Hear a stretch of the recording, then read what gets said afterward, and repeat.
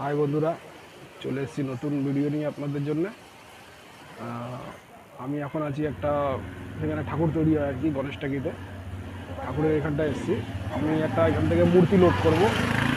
কোন মূর্তিটা লোড করব এবং কোথায় যাব সেটা আপনাদেরকে দেখাচ্ছি। মূর্তিটা দেখুন, আপনাদেরকে মূর্তিটা দেখাই।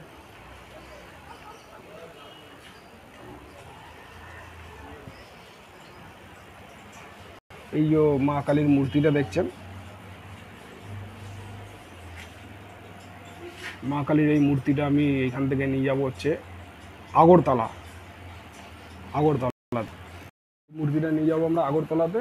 মায়ের মূর্তিটা দেখুন,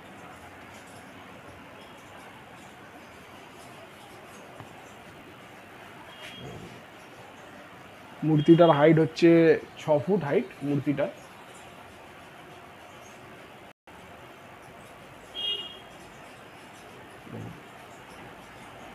আগরতলাতে যাব আমরা।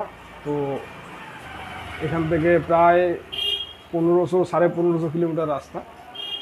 তো মালটা ঠাকুর কী করে লোড করব এবং কখন বেরোবো। কত সুন্দর মূর্তিটা দেখেছেন?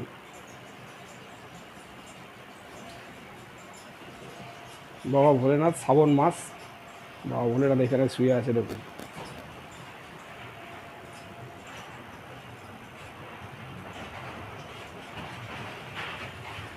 আর মা এখানে দাঁড়িয়ে আছে দেখুন। জয় মা কালী। আপনারা বলবেন মাঠটা কেমন লাগছে দেখে, আপনারা অবশ্যই কমেন্টে লিখবেন। আর অবশ্যই একটা মায়ের জন্য একটা ভালো লাগলে লাইক করুন।